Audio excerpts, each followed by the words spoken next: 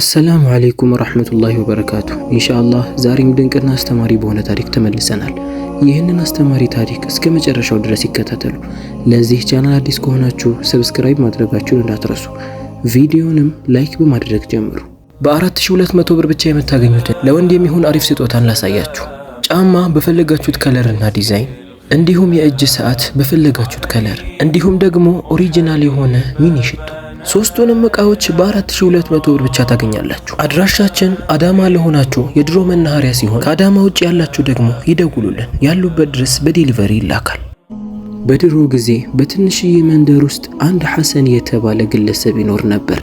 ሐሰን ጥሩ ጸባይ ያለው አሳዎችን በማጥመድ የሚተዳደር ግለሰብ ነበር። ገና ከልጅነቱ ነበር ከአባቱ ጋር አሳ በማጥመድ ያደገው።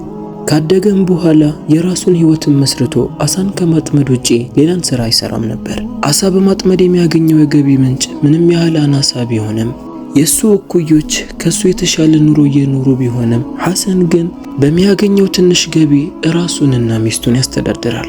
የሚስቱ ስም ሐውለት ይባላል። ሐውለት በመጀመሪያ ወቅት ባሏን ታሳብረዋለች። በስራው ላይ ጸንቶ እንዲሰራ ወደፊት አላህ የተሻለ ነገር እስከሚሰጠው ድረስ ተስፋ እንዳይቆርጥ ጠንክሮ እንዲሰራ ከጎኑ ሆና ታበረታታው ነበር። በዚህም ምንም ያህል ደሃ ቢሆንም ከጎኑ የምትደግፈው ሚስቱ ስላለች ሐሰን በጣም ደስተኛ ነበር። በሌሊት አሳን ለማጥመድ ከቤት ይወጣል። አብዛኛው ሰዓቱንም ወንዝ ላይ አሳልፎ አሳዎችን ካጠመደ በኋላ ወደ ቤት ይመለሳል። ነገር ግን በድህነት ውስጥ የነበረው ደስታ ዘላቂ አልነበረም። ከጊዜ ወደ ጊዜ ሐሰን በየቀኑ የሚያጠምዳቸው አሳዎች አናሳ እየሆኑ መጡ። አይደለም ወደ ገበያ አውጥቶ ሊሸጣቸው ለራሳቸው እንኳን እንደ መብል የሚጠቀሙት አናሳ እየሆነ መጣ። ኢንሻአላህ ከቀን ወደ ቀን ይቀየራል፣ እንዲሆኑም አይቀርም እያለ ለራሱ ተስፋ እየሰጠ ቢቀጥልም ሐሰን ሚስቱ ሐውለት ግን ይህንን ነገር መቋቋም አቃታት። ቀኑን ሙሉ ባህር ላይ ውሎ ጥቂት አሳዎችን ይዞ ሲመለስ እየተበሳጨች መጣች። ለምንድነው ባዶ እጅህ የመጣኸው? እንዴት ቀኑን ሙሉ ባህር ላይ ውለህ ጥቂት አሳዎችን ብቻ ይዘህ ትመጣለህ? ምንድነው ይሄ እያለች ትጮህበት ጀመር። ሐሰን የሚስቱ ባህሪ መቀየር ቢያስገርመው አብሽሪ ያልፋል እኮ እያለ ያጽናናት ነበር። ሐሰን ኢንሻአላህ ነገ በደንብ አጠምዳለሁ፣ ከሌላው ጊዜ በጊዜ ወጥቼ አርፍጄ እመለሳለሁ፣ አሳን በደንብ ማጥመድ አለብኝ በማለት በጊዜ መውጣት አርፍዶ መመለስ ጀመረ። ነገር ግን የአላህ ነገር ሆኖ ልፋቱ ከንቱ እየሆነ መጣ። የሚያገኘው አሳ ከቀን ወደ ቀን ከመቀነስ አልወገድ አለ። ቀኑን ሙሉ ደክሞ ለፍቶ ወደ ቤት ሲመለስ ሚስቱ በጩኸትና በቁጣ ትቀበለዋለች። ሐሰን ሚስቱ ሁል ጊዜ እንድትረጋጋ ሰብር እንድታደርግ ይሞክር ነበር። ነገር ግን አንድ ቀን ያላሰበው ነገር ገጠመው። እንደሌላው ጊዜ ሐሰን በጊዜ ወጥቶ ባህር ላይ ተስፋ ሳይቆርጥ ብዙ ሰዓት ካሳለፈ በኋላ ወደ ቤት በሚመለስበት ሰዓት ሚስት ሰላምታ አላቀረበችለትም። ወደ ተቀመጠበት ክፍል ቀጥታ በመግባት እንዲህ አለችው፣ ካንተ ጋር እየኖርኩት ያለሁት ህይወት ሰልችቶኛል። በዚህ ሁኔታ እስከ መቼ ድረስ ነው የምንቀጥለው? እስቲ ጓደኞችህንና እኩዮችህን ተመልከታቸው። ካንተ የተሻለን ስራ እኮ ብዙ ሳይለፉ እየሰሩ ነው ያሉት። አንተ ከባህር መላቀቅ አትፈልግም፣ ስለዚህ እንድትፈታኝ እፈልጋለሁ ትለዋለች። ሐሰንም በጣም ደነገጠ። ከሚስቱ ይህንን አንድ ቀን እሰማዋለሁ ብሎ አስቦ አያውቅም ነበር። ከቀን ወደ ቀን ለውጥ አመጣለሁ በማለት እየለፋ ያለው ሐሰን ማታ ሚስቱን ሲያባብላት ኢንሻአላህ አንድ ቀን ትታገሳለች፣ ተረድታኝ ሁሉንም ነገር አብረን እንወጣዋለን ብሎ ያሰበው ሐሰን ሚስቱ ፍታኝ ብላ ወደ ቤቷ ተመለሰች። ሐሰን በጣም አዘነ። ሐሰን ሌሊቱንም ባህሩ ዳር ቁጭ ብሎ አሳለፈ። መተኛት አቃተው። ምን ማድረግ እንዳለበትም ግራ ገባው። የመንደሩ ሰዎች እንደሆኑ አንዳቸውም ዞር ብሎ አይመለከቱትም። ከዛ በላይ ያስጨነቀው ደግሞ የሚወዳት ሚስቱ የሌላ ሰው ሆና ሊያያት በፍጹም አይፈልግም። በስተመጨረሻም ሐሰን አንድ ውሳኔ ላይ ደረሰ። እዚህ ቁጭ ብሎ ከሚተክዝ በባህር ተሳፍሮ ወደ ሌላ መንደር ለመሄድ ወሰነ።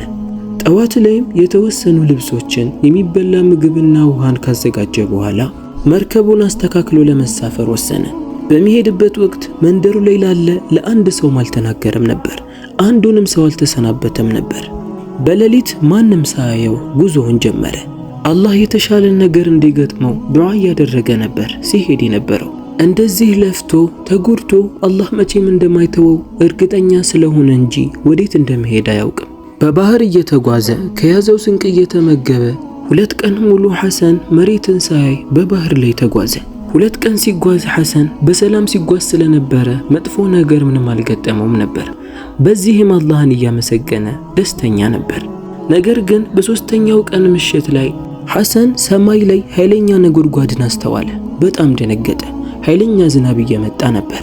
ንፋሱም በኃይለኛው እየነፈሰ ባህሩን ያንቀጠቀጠው ጀመር። ሐሰን የተሳፈረባትም ትንሽዬ መርከብ ወዲህ ወዲያ ማለት ጀመረች። ሐሰን በጣም ደነገጠ። ብዙም ሳይቆይ የፈራው ዝናብ በኃይለኛው መዝነብ ጀመረ። ንፋስ የቀላቀለና ነጎድጓድ የነበረው ስለነበር መርከቧን በኃይል ያወዛውዛት ጀመር።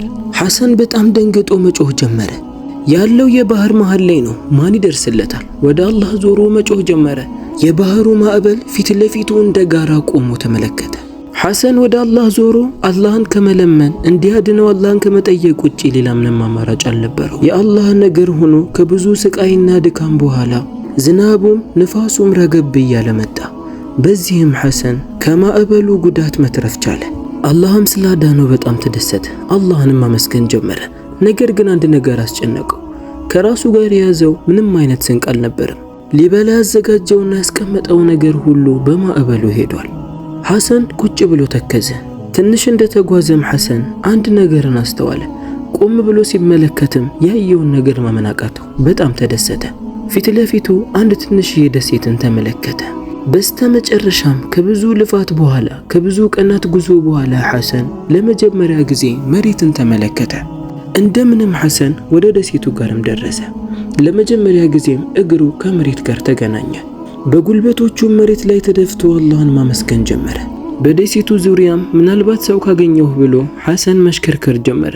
ነገር ግን ምንም አይነት ሰው አልነበረም። ደሴቱ ትንሽ ስለነበር ዙሪያውን ነበር ሲዞረው የነበረው። በድንገትም ከፍ ያለ ቦታ ላይ ሆኖ ሲመለከት ደሴቱ በጣም ትንሽ እንደሆነና በዛ ደሴት ላይ ከሱ ውጪ ሌላ ምንም አይነት ሰው እንደሌለ ያስተውላል። ሌላ እሱ ካለበት ከፍ ያለና የተሻለን ደሴት ተመልክቶ ነበር። ወደዛ ለመሄድም ወሰነ። ነገር ግን ወደ መርከቡ ሄዶ ሲመለከት መርከቡ ላይ ጉዳት ደርሶባት ነበር። እንደገና እሷን ለማስተካከል ትልቅ ልፋትን ስለሚጠይቀው ሐሰን በዛው ደሴት ላይ የራሱ ቤት አድርጎ ለመኖር ወሰነ። እዛው ለመኖር ምን ያስፈልገኛል የሚለውን ነገር ማሰብ ጀመረ። ግዴታ ምግብ እንደሚያስፈልገው፣ ማደሪያ እንዲሁም ደግሞ ዝናብ ሲመጣ መጠለያ እንደሚያስፈልገው ገባው። በደሴቱ ላይ የተዘዋወረ ምግብን መልቀም እንዲሁም በደሴቱ ላይ የሚያገኘውን ጥራጥሬና ፍራፍሬዎችን ለመመገብ መሞከር ጀመረ። ራሱን መንከባከብ ስለማይችል ጸጉሩ በጣም አድጎ ተንጨባሮ ነበር። ከጊዜ ቆይታ በኋላ ትክክለኛ ጫካ ላይ የሚኖሩ ሰዎችን መሰለ። በደሴቱ ላይም ሐሰን አነስ ያለችን ዋሻ ያገኝና ማታ ማታ እዛ ለማደር መጠለያው አድርጎ ለመውሰድ ይወስናል። በዚህም ሐሰን ወራቶች እያለፉ አመታቶችን እዛ ማሳለፍ ቻለ። አንድ ቀንም ሐሰን እሳት ለማቀጣጠል እንጨቶችን ለመልቀም ያስባል። የሚያድርበት ዋሻ በጣም ሰፊና ወደ ውስጥ የሚያስኬድ ነበር። ነገር ግን አንድ ቀንም ወደ ውስጥ እስከ መጨረሻ ድረስ ሄዶ አያውቅም። የዛን ቀንም እንጨት ፍለጋ ወደ ውስጥ ሳያስበው ዘልቆ ይገባል። ወደ ውስጥም ገብቶ ዞር ዞር እያለ ሲመለከት አንድ ነገርን ያስተውላል። በአንድ ጥግ በኩል ላይ በድንጋይ የተዘጋን በር ይመለከታል። የዋሻው የራሱ ድንጋይ ነው አሊያም ደግሞ ቋጥኝ ወድቆ የዘጋው ነው እንዳይል ድንጋዮቹ ተስተካክለው አሳምረው የተዘጉ ናቸው። ይህንን ደግሞ ከሰው ውጪ ሌላ ሊያደርገው አይችልም። ሐሰን በጣም ተገረመ። በዚህ ደሴት ላይ ከኔ በፊት ለካ ወደዚህ የሚመላለሱ ሰዎች አሉ በማለት ሐሰን በጣም ተገረመ። ድንጋዮቹንም በማነሳሳት ወደ ውስጥ ገብቶ ያለውን ነገር ለመመልከትም ወሰነ። አንድ በአንድ እያለም ድንጋዮቹን ማንሳት ጀመረ። ወደ ውስጥም ዘልቆ ገባ። ወደ ውስጥ ገብቶ ሲመለከት ሐሰን ባየው ነገር በጣም ተገረመ። ውስጥ ላይ ታስረው የተቀመጡ እንዲሁም የተዘጉ ሳጥኖች አሉ። ሐሰንም በመገረም አንዱን ፈቶ ሲመለከት ያየውን ነገር ማመን አቃተው። የወርቅ ሳንቲም ነበር። ሳጥኖቹንም ከፍቶ ሲመለከት ሙሉ በወርቅ የተሞሉ ነበሩ። ሐሰን በህልሜ ነው በእውኔን ያለሁት በማለት ለረጅም ሰዓት ፈዞ ሲመለከተው ቀረ። እያንዳንዱ የታሰሩትንና በሳጥን ያሉትን እየከፈተ መመልከት ጀመረ። እያንዳንዱ በወርቅና በብር የተሞሉ ነበሩ። ወርቆቹን በየተራ ገላብጦ ሲመለከት በጣም የቆዩ የድሮ ሰዎች ያስቀመጡት በእነሱ ጊዜ ከሚገበያዩበት የተለየና በጣም ውድ ዋጋ ሊያወጡ የሚችሉ ንጹህ ወርቆች እንደሆኑ አስተዋለ። ሐሰንም ቆም ብሎ ሲያስተውል አላህ እዚህ ደሴት ውስጥ ያመጣው ለኸይር ነገር እንደሆነ አወቀ። ገና ከጅምርቱ ባህር ላይ አሳን እያጠመደ ከጊዜ በኋላ የአሳው መጠን እያነሰ ሲመጣ ሚስቱ ጥላው ስትሄድ በስራው ተስፋ ቆርጦ ሌላን ስራ ፍለጋ ወደ ሌላ ከተማ ለመሄድ በባህር ሲሳፈር ባህር ላይ ያ ሁሉ ችግር ገጥሞት አላህ ወደዚህ ደሴት አምጥቶት ደሴቱን ለቆ እንዳይሄድ ደግሞ የመርከቧ መሰባበር እዚሁ እንዲቆይ በማድረጉ ይህ ሁሉ ፈተናና ችግር ለካ መጨረሻው አላህ በተሻለ ነገር እንዲያደርግለት መሆኑን አወቀ። አላህንም ደጋግሞ ማመስገን ጀመረ። አሁን ካለበት ደሴት ወጥቶ ወደ ራሱ መንደር እንዴት ነው መመለስ ያለበት የሚለውን ነገር ማሰብ ጀመረ። ደሴቱ ላይ ከ2 እና ከ3 ዓመት በላይ ሲኖር አንድም ሰው ወደዛ ዝር ብሎ አያውቅም። እንዴት መመለስ እንዳለበትም ሲያስብ የድሮ የመጣበትን መርከብ አስታወሰ። መርከቧ ጉዳት ደርሶባት ነው እንጂ መጀመሪያም ሊሳፈርባት ነበር። ሐሰን ጊዜ ወስዶ መርከቧን መጠገን እንዳለበት አወቀ። ደሴቱ ላይ ያሉ ዛፎችን እየቆረጠ አስተካክሎ በመሞረድ ጣውላ አድርጎ የተሰበረውን ቦታ መጠገን እንዲሁም የተቀደደ ጨርቁን ደግሞ ጠንካራ ቅጠሎችን በመሰብሰብ መስፋት ጀመረ። መርከቧን ለማስተካከል ብቻ ከሳምንት በላይ ነበር የፈጀበት። በስተመጨረሻም ሐሰን መርከቧን አስተካክሎ ሰራት። የተወሰኑ የወርቅ ሳጥኖችንም አንስቶ በመርከቡ ላይ መጫን ጀመረ። የተቀሩትን ወርቆች አስተካክሎ ነበር እዛው ያስቀምጣቸው። ምክንያቱም የያዘው ወርቅ አይደለም የራሱን ህይወት ለመቀየር የሌላውን እንኳን ለመቀየር ከበቂ በላይ ነበር። ወርቁ ምግብ ስለማይሆነው በደሴቱ ላይ ብዙ ፍራፍሬዎችን ለቀመ። ደሴቱንም ተሰናብቶ ጉዞውን ጀመረ። ወደ ገዛ መንደሩ በየት በኩል መሄድ እንዳለበት አያውቅም። ነገር ግን ተስፋ መቁረጥ አልፈለገም። አላህ እዚህ ድረስ ያመጣው ይሄ ሁሉ ወርቅን ያሳየው የተሻለ ህይወትን እንዲያገኝ በፈተናው ላይ ሰብር ስላደረገ የተሻለ ነገር ሊከፍለው እንደሆነ ልቡ ያውቅ ነበር። ከቀናት ጉዞ በኋላ ሐሰን መንደሩ መድረስ ቻለ። ሐሰን በጣም ነበር የተደሰተው። ወደ መንደሩ እየተጠጋ ሲመጣ መንደሩ ምንም አልተቀየረም ነበር። እንደሌላው ጊዜ ሰዎች በድህነታቸው ላይ ይኖራሉ። መርከበኞች ከባህር ወደ ባህር ይሸጋገሩ ስለነበር የሐሰንን መምጣት ልብ ብሎ ያስተዋል አልነበረም። ሐሰንን በመርከቡ ላይ ካሳለፈ በኋላ ሰዎች ሁሉ ወደ ቤታቸው እስኪገቡ ጠብቆ እኩለ ሌሊት ላይ ከባህሩ ዳር ላይ ይደርሳል። በባህሩ ዳር ላይ ማንም እንደሌለ ካስተዋለ በኋላ ሐሰን ወርቆቹን እየተሸከመ ወደ ድሮ ቤቱ ማድረስ ጀመረ። ይህንን ሲያደርግ የተመለከተው አንድ ሰው አልነበረም። ወርቆቹንም ሙሉ ከነሳጥኑ እቤቱ ላይ ይቀብራቸዋል። ከቀናት በኋላም በመንደሩ ሰዎች ዘንድ የሐሰን መመለስ መወራት ጀመረ። ለዓመታት ተደብቆ የነበረው ሐሰን ተመለሰ ተብሎ መወራት ጀመረ። ነገር ግን አንዳቸውም ታሪኩን አያውቁም ነበር። ቀስ በቀስም ሐሰን የደበቃቸውን ወርቆች አንድ በአንድ እያወጣ ይጠቀምባቸው ጀመረ። መጀመሪያ ያደረገው ሊወድቅ የደረሰ ጎጆ ቤቱን ማስተካከል ነበር። ቤቱን ማስተካከሉና አሳምሮ ማሰራት ጀመረ። የመንደሩ ሰዎችም በሐሰን ጉዳይ እየተገረሙ መጡ። ቤቱን አሳምሮ ይሰራል ክፍል የተባለውን ያለምንም አንገራገር ሲከፍል ሲመለከቱት በጣም መገረም ጀመሩ። ሐሰን ከመንደሩ ባለሀብቶች ጋር ለመመደብ ብዙ ጊዜ አልፈጀበትም ነበር። በዚህም ሁኔታ ላይ ሳለ አንድ ቀን የቤቱ በር ይንኳኳል። በሩንም ሲከፍት ፊት ለፊቱ ሐውለት ቆማ ተመለከታት። ከስራዋ ብዛት አፍራ አንገቷን አቀርቅራ ነበር ስትመለከት የነበረው። አሰላሙ አለይኩም በማለትም ሰላምታን አቀረበችለት። ሐሰንም ሰላምታዋን ወአለይኩም ሰላም በማለት መለሰላት። የተወሰነ ደቂቃም ሐውለት ዝም አለች። ምን ብላ እንደምትጀምርም ግራ ገብቷታል። ያኔ በቁጣ ምክንያት ባንተ ሐቅ ላይ ተራምጃለሁ፣ ያደረኩት ነገር አግባብ አልነበረም፣ እባክህ ይቅርታ አድርግልኝ አለችው። ሐሰንም ፈገግ አለና ይቅርታ አድርጌልሻለሁ አላት።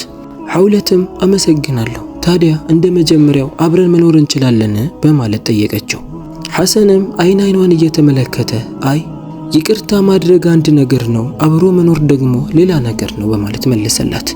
ሐውለት ሐሰን መናገር የፈለገው ነገር ስለገባት ዝም አለች።